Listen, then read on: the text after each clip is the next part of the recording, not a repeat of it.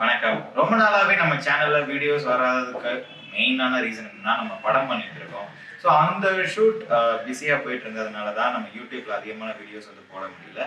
But இப்போ மறுபடியும் யூடியூப்ல வீடியோஸ் போட போறோம். காரணம் என்னன்னா ஸ்கெட்ச்கேட் இப்போ அடுத்த பிளாட்ஃபார்முக்கு வந்திருக்கோம். ஸ்கெட்ச்கேட் ஸ்டுடியோஸ்.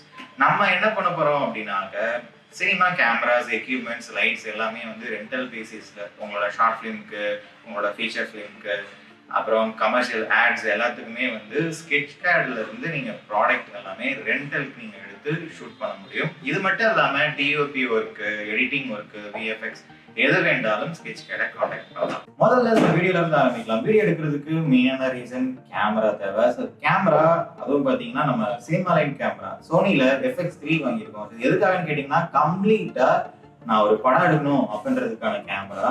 இது வந்து போன ப்ரீவியஸ் வெர்ஷனான ஆல்பா A7 சீரீஸை விட அடுத்த வெர்ஷன் சொல்லலாம். ஏன்னா இது கம்ப்ளீட்லி வீடியோகிராஃபிக்கான கேமரா. FX3க்கு முன்னாடி பார்த்தீங்கன்னா FX30 இருக்கு. இது வந்து ஒரு பேசிக் லெவல், என்ட்ரி லெவல் கிடையாது. இதுக்கப்புறம் பார்த்தீங்கன்னா அட்வான்ஸா FX6, FX9 இருக்கு. ஸோ இது எல்லாத்துக்கும் நடுவில் ஒரு இன்டர்மீடியட் கேமரா அப்படின்னு சொல்லலாம். முதல்ல இந்த கேமராவை அன்பாக்சிங் பண்ணிட்டு இது எவ்வளவு நம்ம பர்ச்சேஸ் பண்ணோம், அதே மாதிரி இந்த கேமராவை உங்களோட ஷார்ட் ஃபிலிம்க்கு எப்படி யூஸ் பண்றது அப்படின்றத பார்த்துட்டு வந்துடலாம். ஓகே, முதல்ல பாக்ஸ் உள்ள என்ன இருக்கு அப்படின்னு சொல்லிட்டு பார்த்துடலாம். இது நான் ஆல்ரெடி அன்பாக்சிங் பண்ணிட்டேன். இது செகண்ட் அன்பாக்சிங்.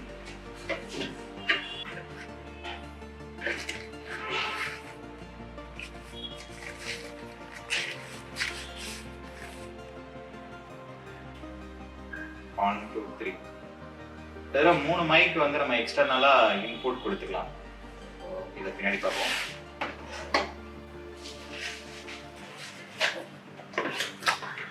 கேமரா பாடி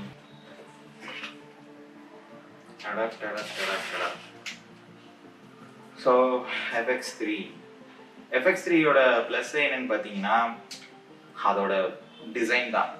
இதுக்கு முன்னாடி A7 S3யோட அதே பாடி தான், அதே சென்சார் தான். ஆனால் ரெண்டுக்கும் என்ன வித்தியாசம்னு கேட்டிங்கன்னா கேஜ் ஃப்ரீ ஆப்ரேஷன். அதாவது ஒவ்வொரு சினிமா கேமராவுக்குமே பார்த்தீங்கன்னா கேஜ் தனியாக வாங்கி ரிக் பண்ணணும். ஆனால் FX3ல பார்த்தீங்கன்னா உங்களுக்கு மவுண்ட் பண்ணுறதுக்கான த்ரெட்ஸ் வந்து கேமரா பாடியிலே இருக்கும். அப்போ எந்த அளவுக்கு ஸ்டடியாக இருக்கும்னு பார்த்துக்கோங்க. ஸோ இங்கே 2 த்ரெட் இருக்குது, இங்கே ஒரு த்ரெட்டு 3, சைடில் 1 4, ஸோ இந்த இடத்துல ஒரு 5 த்ரெட் இருக்குது பாருங்க.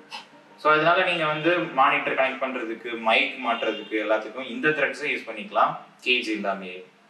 ஸோ கேஜ் வாங்கினீங்கன்னா எக்ஸ்ட்ரா ஒரு 10,000 வரும். கேஜ் இல்லாமே நம்ம இதை யூஸ் பண்ணிக்கலாம்.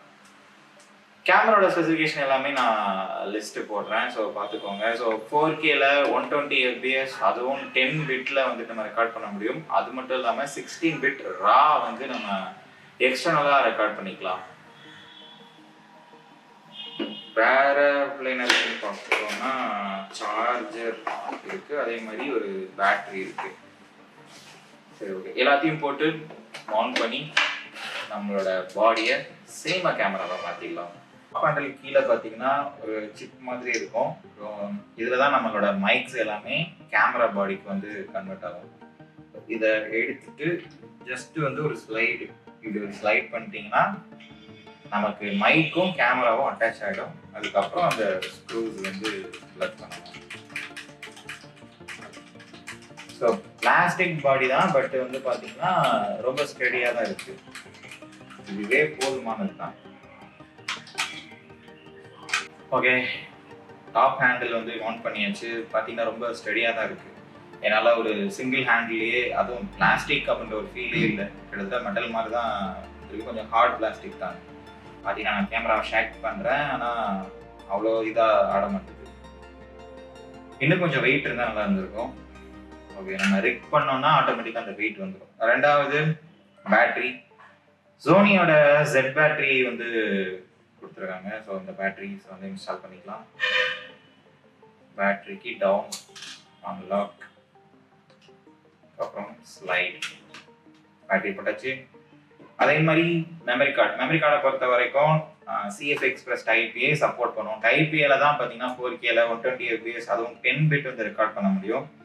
நீங்கள் ரொம்ப கம்மியான ரெசல்யூஷன் ரெக்கார்ட் பண்ணுறீங்கனாலும் உங்களுக்கு அட்லீஸ்ட் வந்து V90 கார்டாவது சப்போர்ட் இருக்கணும்.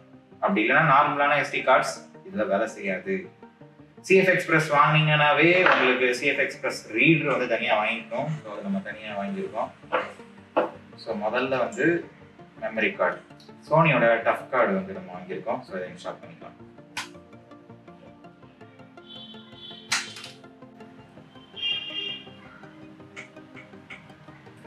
ஓகே, மெமரி கார்டு எல்லாமே இன்ஸ்டால் பண்ணியாச்சு. லென்ஸ் மட்டும் ஆன் பண்ணிட்டோம்னா ரெடி டு ஷூட். ஸோ அதில் பார்த்தீங்கன்னா நமக்கு முன்னாடிலாம் மோடுக்கு ஒரு டயல் இருக்கும். ஸோ அந்த டயலுக்கு பதிலாக வெறும் பட்டன்லேயே வந்து முடிச்சிட்டாங்க மோடு அப்படின்னு சொல்லிட்டு. அதனால் இங்கே போயிட்டு லெஃப்டில் நம்ம வந்து திருக தேவையில்லை. நான் கேமராவை வந்து ஆன் பண்ணுறேன்.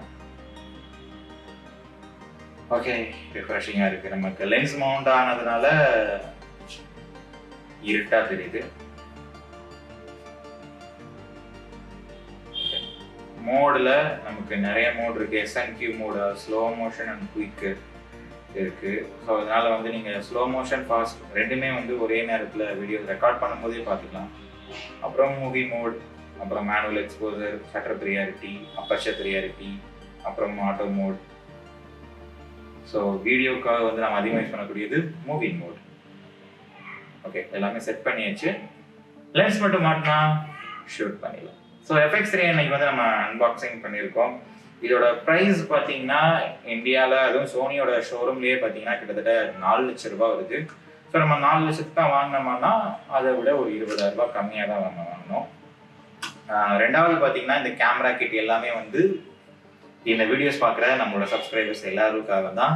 ஐ மீன் இந்த ப்ராடக்ட் எல்லாமே வந்து உங்களோட ஷார்ட் ஃபிலிம்க்கு, ஃபீச்சர் ஃபிலிம்க்கு நீங்கள் ரெண்டலுக்கு வந்து நீங்கள் ஸ்கெட்ச் கேடை வந்து காண்டாக்ட் பண்ணலாம். ஸோ சென்னையிலே வந்து பார்த்தீங்கன்னா அஃபோர்டபுள் ப்ரைஸில் நம்ம வந்து ரெண்டல் பண்ணிட்டு இருக்கோம். ஸோ உங்களுக்கும் சோனி FX3ல வந்து நீங்கள் ஷூட் பண்ணணும்னு நினச்சிங்கன்னா கீழே வந்து நம்ம ஸ்டுடியோட நம்பர் தரேன், காண்டாக்ட் பண்ணுங்கள். அதே மாதிரி இன்னொரு நல்ல வீடியோவில் பார்க்கலாம். அது வரைக்கும் பாய்.